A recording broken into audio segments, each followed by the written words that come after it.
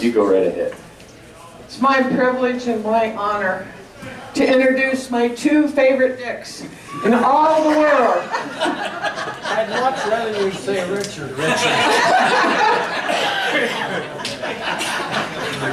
Since the day I met these guys 100 years ago, my life has been more enriched than you could ever imagine.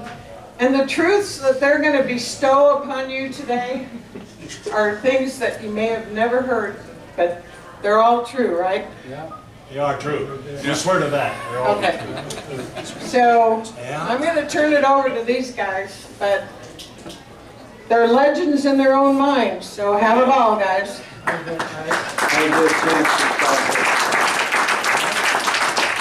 I want to start talking about Dick Turpin's family a little bit. You know, Renee was a long-time girl, and she had a beautiful singing voice, won a lot of amateur contests that our local Lions Club did, and then I don't know how he was lucky enough to get her, but he did. And then they started raising a family, and they got a girl, and Dick was kind of hoping to have a boy. And then they got another girl, and Dick was hoping to have a boy. And then so they were going to try some more family, and they got the twins. And they didn't know what it was going to be, but when they were born, Dick's mom told me about this. She said, Dick called me, he said, Mom, I got my boy. Oh, great, Dick. Said, what does he look like? I said, I don't know, I haven't looked at his face yet.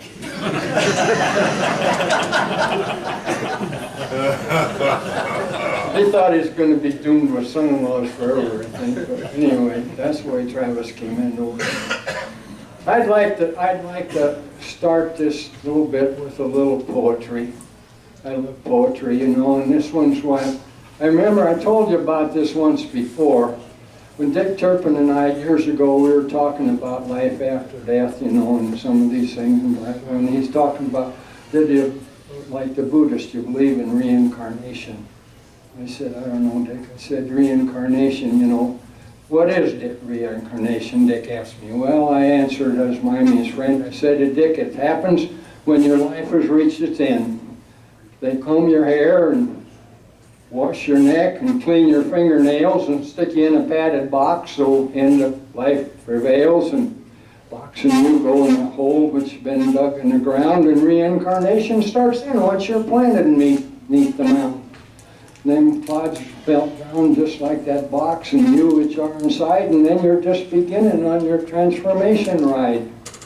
After a while, some grass will grow upon your rendered mound, and then one day, on your lonely grave, a lonely flower is found. Then say a horse should wander by and graze upon that flower that once was you, has now become your vegetative bower. Well, now the posy which the horse ate up, along with his daily feed, makes bone and fat and muscle essential for his need. Some is left that he can't use, and so it passes through, and there it lays upon the ground, this thing that once was you. Then supposing I should wander by and gaze upon this thing on the ground, and I ponder and I wonder about this thing that I have found, and I think of reincarnation, life and death and such, and not go away concluding, Turpin, you ain't going to be changing all that much.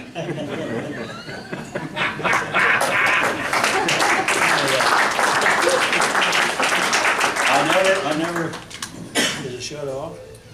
No, it's still going. I never, once he got that microphone, I never figured I'd ever get a chance to. I never figured it. Somebody called me up, well, I talked to Carol, and I understood that Dick's surgery was still to come, and he's had it here a couple of weeks ago, and I didn't know that. But I was a little worried about him because he sent me an email and said he wasn't feeling the best and everything. He was getting a little short-winded and everything. And I thought, God, you know, I didn't call him. That was just yesterday. So I thought, well, I'll just wait and see him when I get there. And I was talking to somebody here, and he said, somebody said Dick really wasn't feeling well. I said, he's got a cold. I knew that, you know. And they said, well, God, is he going to be able to talk? And I said, oh, yeah. Oh, yeah. Dick Mauch will be able to talk, and I can guarantee you this, if he can't talk, he'll be dead.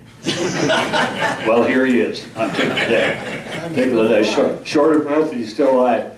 But I'm going to take some of the archery stuff. God, when I got to thinking about this, and he and I could probably sit here for a day or better. And if we could just kind of keep it chronologically, just have hunting story after hunting story after hunting story.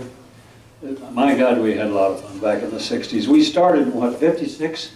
Was it 55 or 6? First year season in Nebraska. It was 50, well, they had an early one in the east, but we got it on the Yeah, 56, we I got think. one in 56. But Dick he got me going in archery. He got me I had a lemon wood bow, 80 pounds, still got it. I killed my 40th deer with it. When I got I got the kind of counting up, and I thought this is 40, I not got 40. a picture of that deer. when Yeah, you- oh, a huge, remember that? She was huge. Up on the, Yeah. go up on the cabin. But I shot this doe with that bow, and I couldn't pull it. Because 80 pounds, I started pulling that. God, you got washers off my rear end that's pooping out so far. So it gave me hemorrhoids, so I pulled to my chin. I didn't pull back by my ear.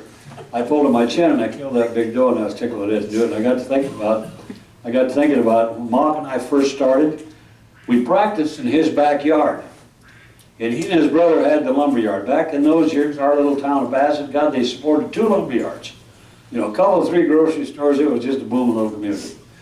Well, Dick decided they should have some outdoor stuff in there, so they started handling some Browning rifles, and of course, that's when he got into the bear archery deal, was in that lumberyard. They had bear archery equipment, and so I finally wound up getting a bear, a little Magnum. That's what I did most of my shooting with when we were growing up. But we practiced in his backyard. We're shooting from west to east, and we're shooting at about 20 yards. 40 yards. Okay, 40 yards, I'm sorry. Middle of the street. I knew it, I just knew it, 40 yards, sorry about that. 3 hay bales. So anyway, we're shooting across that yard, and Dick, I don't know why, but he kept throwing that arrow to the left all the time. I mean, when he'd have a flyer, the arrow would go left. I think it was the other way he was releasing. And of course, we're still learning, we don't know. We first started hunting deer, I hunted with guys that we'd drive up along that Long Pine Road, and they'd step out and they would walk over there by a bush, shoot a mule deer, and if it didn't drop over dead and run back down the canyon, they just let it go, figured it'd be okay. I mean, that's the truth. Guys thought, well, an arrow can't hurt, if they can run off, the arrow can't hurt them that bad. And they just let them go. Hell, we never tracked a deer for a year or two. Finally caught on to that, so you could go get your deer when you shot it. A story about that Too, I was going to apply for my deer permit. I was eligible to apply again after 3 years, and just on a whim, I wrote down, checked the archery thing on it, saying, hell, I didn't even own a knock at that point. Well, all of a sudden, 1st August come around, and here I get this deer permit from the game department in the mail, and I had to get some equipment. So I called Dick Baker down in Fremont, a sporting goods store, and I explained my dilemma, and he fixed me up with a 64-inch, 41-pound Bear Kodiak bow, right hand, a back quiver, some forged wood arrows to practice, and forged wood arrows with a Bear razor head, and I was starting to practice. And when I got a paper Saunders deer target, put it on the bales in the backyard, And anyway, Turpin and I were out, dried some hay one place when we went back to town. We went by a place where an implement dealer told me he'd seen a bunch of mule deer bucks. Now wait a minute, that's right. Here's where I come in. I'm taking the mic now, because he's getting into my story. But anyway, we shot at that deer out there in the backyard, and Dick kept saying, damn it, Turp. He said, I keep hitting to the left of that deer. And the deer was facing left. It was broadside facing left with his head turned towards us. Yeah, and he kept hitting him in the nose. Well, we were out there looking at this hay, so we threw our bows in, and Dick had a 56 or 7 Nomad wagon. What was that Nomad? 57 probably? It was a 4-door Chevy. Was that what it was? I thought it was a station It wagon. was a 4-door Chevy. Oh. 57. Well, then we've got another story about that. But anyway, we're driving out there, and The Nomad wagon's the one I got rolled down in the canyon over at Hall's place when I went to pick some. left it out of gear or something. Well, I left it in the park, and then the wind got to rocking it, and I couldn't stop it. And I was picking some them pretty orange berries for my mom. Yeah. For Christmas? Down Yeah. the canyon and the wreck. Well, the Nomad, we were out hunting, the Nomad story, I'll get back the other. The Nomad story was, I remember the Nomad, because we're out driving around, he just, I mean, when he decided to go someplace, he just went, you know what I mean? And we're out there in this grass, it's a big meadowy kind of a place, and we're driving that car across there, and my God, the grass is as high as the window, you couldn't see nothing. And all of a sudden, bump, bump, and the car is just going like this. We're up on a bale of hay. Somebody had picking up bales, they left a bale, and he run that Chevy right up on that, and it's just teetering. All the wheels are off the ground 4 to 5 inches. And I'm thinking, oh my God, we're gonna set this whole area on fire. That was our concern. Well, we got down, and him and I spent the rest of the afternoon with hunting knives, cutting a bale of hay out from underneath his car. We literally did. We had to cut it with a knife.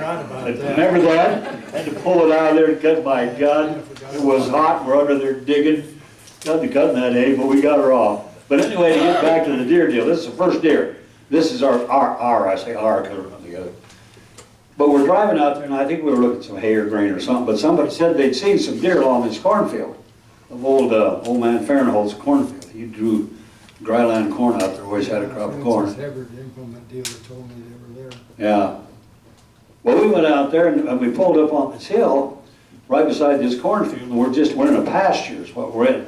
There's nothing in the pasture, but right in the edge of the cornfield, there's a little plum thicket. And when we stopped, was it 3 deer? $3. $3 stood up.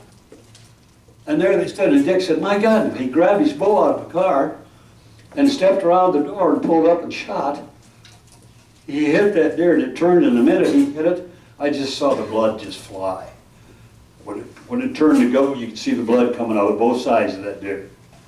And Dick said, up and down. I'm jumping up and down, said, my God, you got a deer, you got a deer. And the rest of them were standing there, and I got my bull in the car. I said, Bob oh, said, hell, Turpin, I hit him in the nose. That's exactly, he said, damn. He said, I hit him in the nose. I said, no, you didn't hit him in the nose. Well, he damn near did, because that deer was looking at us, and the arrow went just to the left of his nose and went through both sides and got both of the big carotid arteries. And of course, that deer did. My God. The first arrow I ever shot at the deer, I had the bow 2 weeks. Yeah, and killed him dead in hell. While I stood and watched the other two walk off, but I was so excited about that. So God, we were so said, cracked Turpin, up. there's another deer. Shoot one of those. Shoot one of those. I decided he probably couldn't pull the bow anyway. So I couldn't hit a deer by the after it. But that hooked me on deer hunting, I'll tell you that. That buck, that little whitetail run down there, and he didn't go 50 yards and dropped over dead, going as hard as he could, you know. I thought, well, God, those arrows will kill a deer. It wasn't one of them deals where you hit them, and then if they don't die where you're looking at them, just let them go. By God, we started hunting for our deer, I'll tell you that. So we had some pretty good times together hunting. Yeah. But you know the one... It's getting a little deep. I'm going to have to gather some of that shit and put it in a bag or something. We had, I'll never forget this too, because we did a little drinking, because we was just kids, you know. Dick was in his 20s, and I was in my teens. We're about 10 years apart. 28 or 9. Well, you weren't quite that. Yeah, you were too, because I'd been 17, 18 years old. So, because he was 10, 11 years older than I was, but we'd run around. We had a friend named Beaky Jameson. And Beaky was just one of those characters. His mother ran the laundry, or the lingerie shop there, clothing, ladies' clothing, well, men's clothing too. Clothing store. Diamond Lil, we call her, Lily Jameson. Dean Jameson. Yeah. Old Beaky, his name was Dean. We called him Beaky because he had a pretty big nose. So we called him Beaky. Well, we got Beaky into archery, and he never was an archer. You know what I mean? You know, you got buddies that are really archers. I mean, they care about it. Beaky was just, okay, oh, we're going bow hunting? Let me go home and see if I can find my bow. You know, and then he'd get his bow and go bow hunting. But he was absolutely the luckiest guy with a bow and arrow off the fender of a 1957 Nomad at 11 o'clock at night that I ever saw in my life. Shooting jackrabbits. We'd make all these little arrows up, just cheapy arrows. And honest to God, this, if I'm lying, I'm dying. Here I told we said we'd tell the truth. We'd get Beaky on the hood of that car and take off across them meadows, you know, shooting the jackrabbits. And the tears were coming out of his eyes so bad we had to turn on the windshield wipers. You know, God, that wind was... That was because he shot that civet cat. It was that it? But that guy killed more damn jackrabbits. More, I say, you know, what's number, but... Well, then we started shooting them with Saunders Rich rockets and the arrow, see? And then the next day we go out and pick up all the arrows on the old alfalfa field that we shot all the night before. I buy those kid arrows that sold for about 19 cents a piece, or what maybe cost me that much, in the gross. And that's what we'd shoot at those jackrabbits. And they had, dentist would go with us too. Well, one night, Vicky's sister went along, and she was driving. And I was in the back seat, and Beaker was on the front fender, and I don't know if Turpin was along that night, but Doc Seal was. And every time she'd go out in that field, when she'd go to turn or something, she's turning the turn signal. See, I got so damn tickled at her laughing. I started laughing because she's used to driving with turn signals. It wasn't the car within 100 miles of them. But we'd go out and hunt at night like that. Back then, you could hunt the rabbits at night with the headlights and everything. And that Beaky, I never will forget him. He was the most unlucky guy hunting deer. I can tell you about the time when we went to Aspen skiing. And Beaky and I took Turpin along to Aspen, and we were going to make a ski bum out of him. And we were at what we call this the Nebraska skis. And there was this group from Fremont, some